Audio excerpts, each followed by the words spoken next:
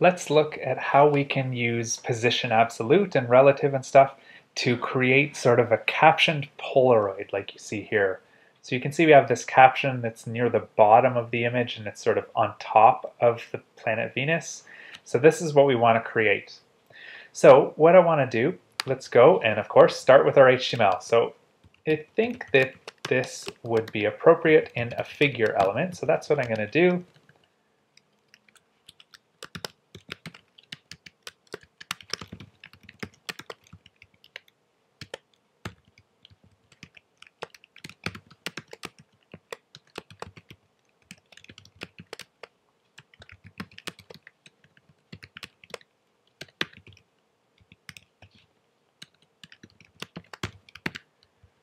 All right, so that looks like probably all the HTML we need to actually create this. Let's go look in the browser. All right, that looks pretty okay.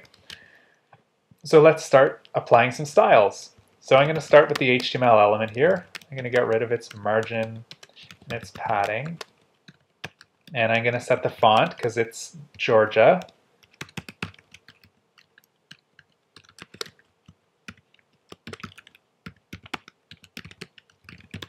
All right, so let's go back to Photoshop here. And if we look at our Polaroid, well, first you can see the background color of the page is gray, so we're going to do that. And then you can see the Polaroid is white and it has some padding on it. So let's put a background color on here. Background color. I think that was 999. And then let's target our figure. So I'm going to say margin 0. And padding, let's go with 1.5 em, something like that, and we'll give it a background color of white. Okay, that looks pretty good. Now, the next thing we need to think about is the width of the Polaroid. So the image is 250 by 250, so we probably want to make the width of our figure also 250px and the height 250px. So let's do that. Okay, there we go. So our Polaroid's the right size. You can see our text down here is kind of messed up, but that's okay. And let's put our border radius on it of, I don't know,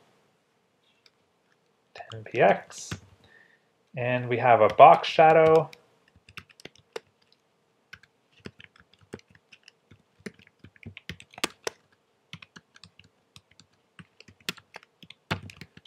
All right, so there's our Polaroid. Okay, so let's concentrate now on the caption here.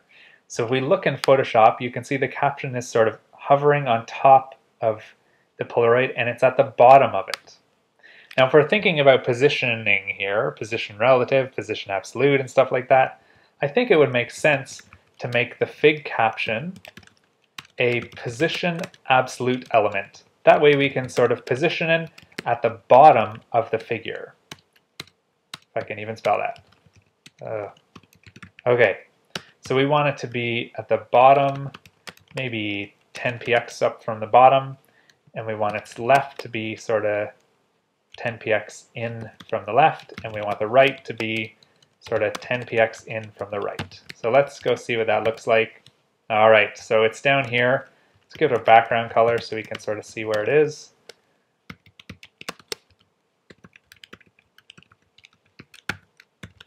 And I think it even has a border radius on it. Okay, so here it is down here, but we want it to be contained within our figure. So if you remember about positioning, right now we've set this fig caption to be position absolute. So by default, it's going to be absolutely positioned against the body, but we want to change its positioning context. So we want it to be positioned against the figure. The way we do that is we also position the figure. And in this situation, we probably want relative. So I'll go like that, and there we go. So now it's sort of in the right place, but it's not quite in the right place, you'll notice. You'll notice that it's sort of at the bottom of the white zone. So what we want to do now is my left and top right here are not big enough to accommodate the padding on my figure. So the padding is 1.5. So the left and bottom I want to change to something like 2em. to accommodate for that padding that I have around the edges.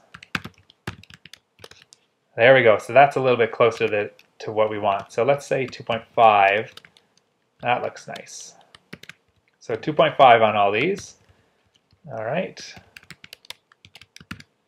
And we have a couple other things. We wanted to do text align center here, and the color I believe is white.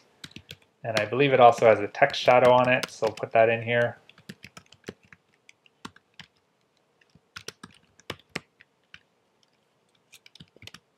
All right, so there we go. And that's pretty much what we're looking for. So we used position, absolute, and relative to get the caption at the bottom of the figure. Let's go back now and maybe let's move the figure around on the page, because right now it's just sort of stuck in the top left corner. Let's use absolute to do that. So I'm going to change this to absolute, and maybe I want to sort of center it on the page or move it down at least. So let's go top of 200 px.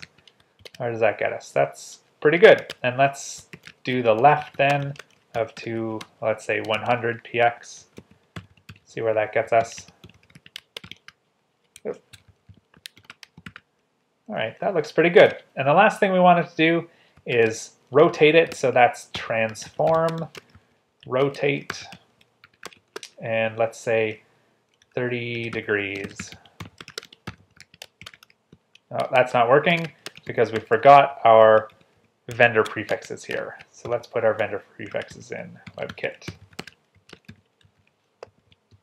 And we want Mozilla and Opera. And let's not forget Microsoft. There we go. And there's our rotation. So 30 is a little bit too much, but you can see we're now using positioning for absolute on the figure to create a new positioning context. And then we have fig caption, which has a position absolute. And this allows us to move it to the bottom.